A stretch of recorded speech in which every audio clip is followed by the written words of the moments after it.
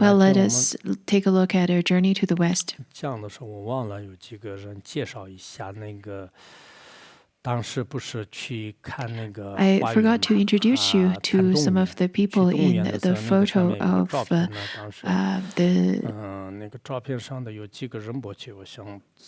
the one visited the Vallejo Zoo.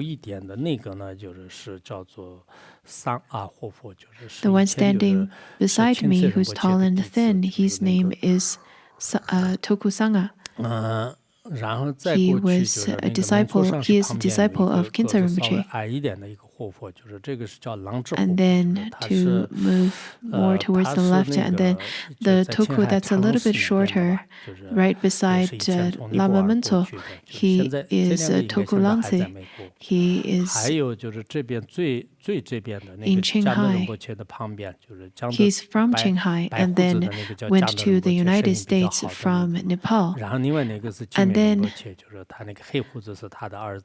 Chadut Rinpoche is the one with white beard, and the one with black beard is his son. And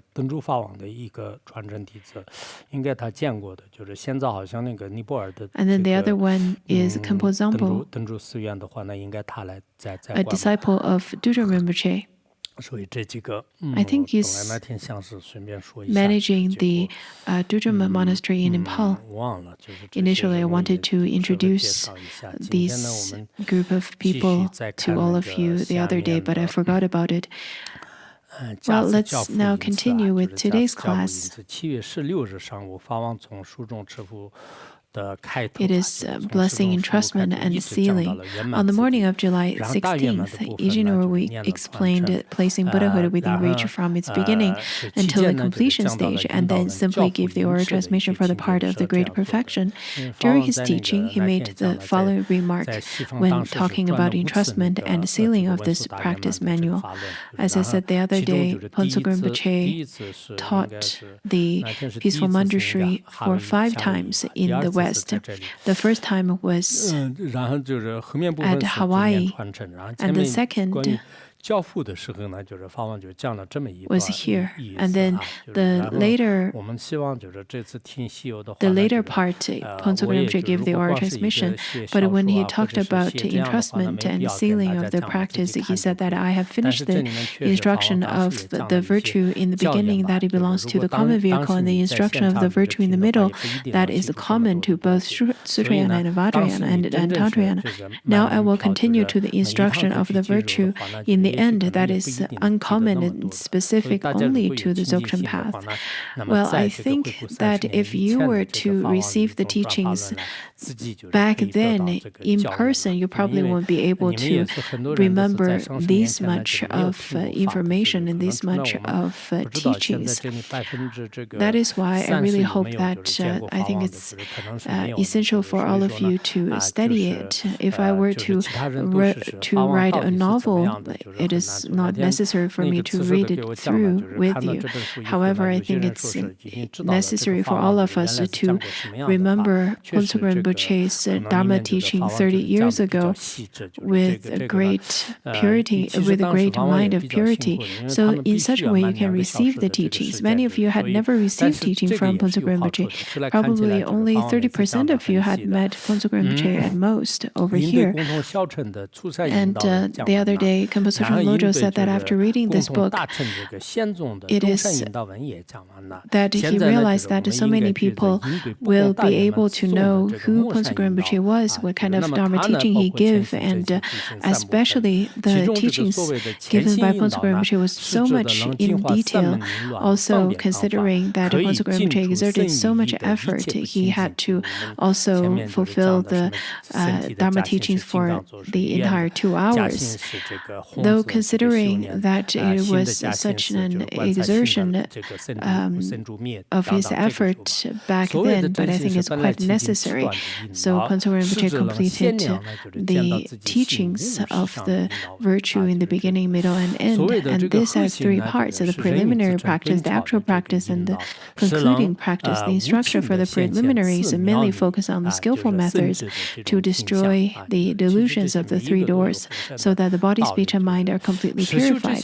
This instruction for the actual practice are teaching of tractual, which reveals the view of original purity so that you can directly and unmistakably perceive the genuine nature of mind. The instruction for the concluding part of the teaching on Togo that brings the realization of a spontaneous presence so that the practitioner can effortlessly witness the natural, unobstructed power of kayas and wisdoms. The best way of practicing these upadesha, the pith instruction, is first your actual practice must be guided and instructed by a qualified teacher in person. This is quite important. It means that the transmission of direct experience with the master. Do you understand what the transmission of direct experience is? It means that you have to see the teacher in person and receive the upadesha throughout the whole process. And seeing, for example, Pontsog Rinpoche and Pontsog Rinpoche received the direct experience, a direct transmission of direct experience from Togo Rinpoche, and then Togo Rinpoche's teacher is Khenpo Genhwa, and Khenpo Genhwa's guru is Yukpa Rinpoche. So these kinds of transmissions of direct experiences had passed down generations after generations. Second, you must have gained a certain level of personal experience on the previous stage of instructions before you can continue with the next stage. After I've left, you may ask the present lamas for the guidance of your actual practice and meditative experience, and they will provide you with the detailed instructions. Even if you fail to find any qualified Dzogchen teacher, if you're able to perfectly practice those preliminaries that I have taught, such a solid and stable practice will enable you to actualize the rest of the teachings with no difficulty at all. I am now blessing you, entrusting and sealing these precious and sacred teachings to all of you. With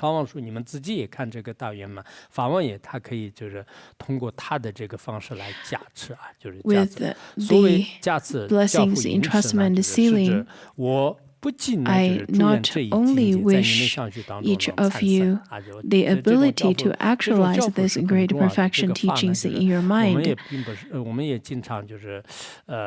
These kinds of entrustment bestowed directly by the Lama is so important. For example, whenever we receive or give teachings to the Vajrayana teachings, if you can have the entrustment, it would be better because the protectors would also protect you. Also, you will be able to receive the blessings in your mind stream. But also entrust this enlightened activity to you in the presence of the three roots and Dharma protectors as my witness with the seal of entrustment that this precious upadesha will flourish when the time is right.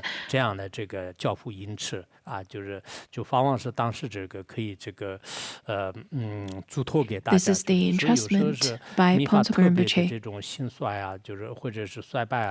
He entrusted this Dharma teaching, this upadesha, to everyone.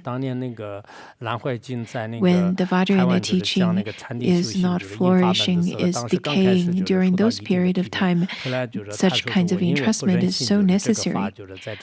When Master Namhoi Jing was giving teachings on the Longchenpa's resting in meditation at Taiwan, and he started printing the textbooks, but he received some scolding and criticism because of because he was publicly giving teachings on the Vajrayana Dharma, and he said that I really do not wish to have the Dharma being stopped at in my hands and in my generation. That is why I wanted to pass down this Dharma teaching. And then Pontsog Rinpoche continued to say that by doing so, you will gain the realization of the great perfection and everything will be naturally accomplished. Other than this, if I give you a detailed explanation on the balance of placing Buddhahood within reach at this time, I don't think it would be a great benefit. It is like a house that has a flight of 18 steps at its entrance. You cannot cannot directly fly to the 18th step without walking up the first 1, 2, and all of the rest. In the same way, if you do not practice and personally experience all the previous stages of instructions, you will never understand the final Upadesha, even if I teach you day after day and month after month. Do not be frustrated because you feel the actual practice is difficult to understand. Just exert yourself in the practice of the four thoughts of renouncing samsara, taking refuge, generating bodhicitta and guru yoga. When you truly actualize these preliminary practices in your mind, I can guarantee that you will gain genuine personal realization of the great perfection, even if you just read the placing Buddhahood within reach by yourself. In order to carry on the transmission of the practice manual, I will read in Tibetan and give you the entire oral transmission. So Phuntsok Rinpoche then give that oral transmission. Personally, I feel these remarks given by Choji at the time are actually an indirect entrustment to all the future fortunate beings. For most of you, although you may not have seen the supreme appearance of Yijin in person, nor have heard the teachings and instruction directly from him, as long as you finish the first 500,000 preliminary practices conscientiously and hold pure faith in the teaching and your teacher, it will not be hard for you to understand the Dzogchen teaching by relying on placing Buddhahood within reach. By doing so, you will eventually realize the true reality of the great perfection. Well, the next one is by James Kalfas. People would call him Lama Jime. The teaching that brought me closest to Manjushri, this is the title. In Napa Valley, Khenpo Sodargye gave us the empowerment, transmission, and instruction of Peaceful Manjushri, a terma revealed by him at Mount Uta in 1987, only 6 years before he transmitted it to us, so it was very fresh.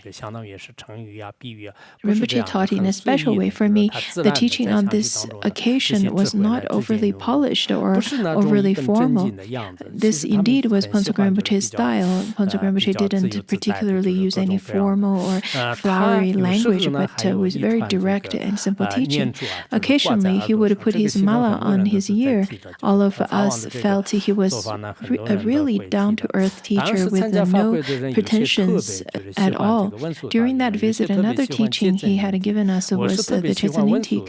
Some students prefer Peaceful Manjushri and some prefer the Chesaninti. Personally, I related in a deeper way to the Peaceful Manjushri. For a very long time, I practiced it daily, but recently I got a little bit sluggish.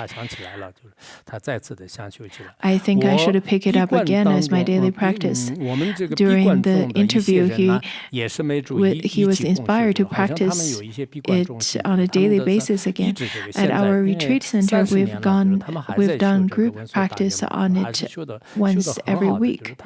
It's been 30 years, and they're still practicing on the Peaceful Manjushri, and they're doing really great. I think Americans tend to be quite stable. Phuntsok Rinpoche only went there once and gave teaching to this group of people once. At Napa Valley, this group of people probably received Dharma teaching from Phuntsok Rinpoche for 10 days, and Chesaninti lasted for 4 days. But they kept on practicing on it for 30 years. Sometimes I feel you cannot get closer to Manjushri than doing this practice. I really like it. When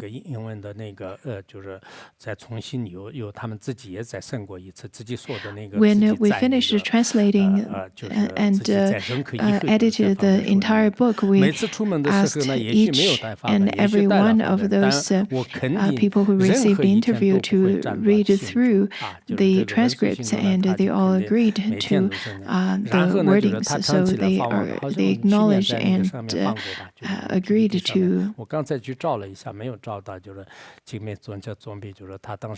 have their interviews posted. But I'm sure my recitation of this mantra have never been interrupted. Later, he started to sing the prayer to His Holiness. Well, if you remember, last year during our class, we played the video of him chanting the prayer to His Holiness. Then he stopped and said, "This makes me want to cry." Obviously, his blessing is still here. That I added here, Phuntsok Rinpoche's blessings is still with him.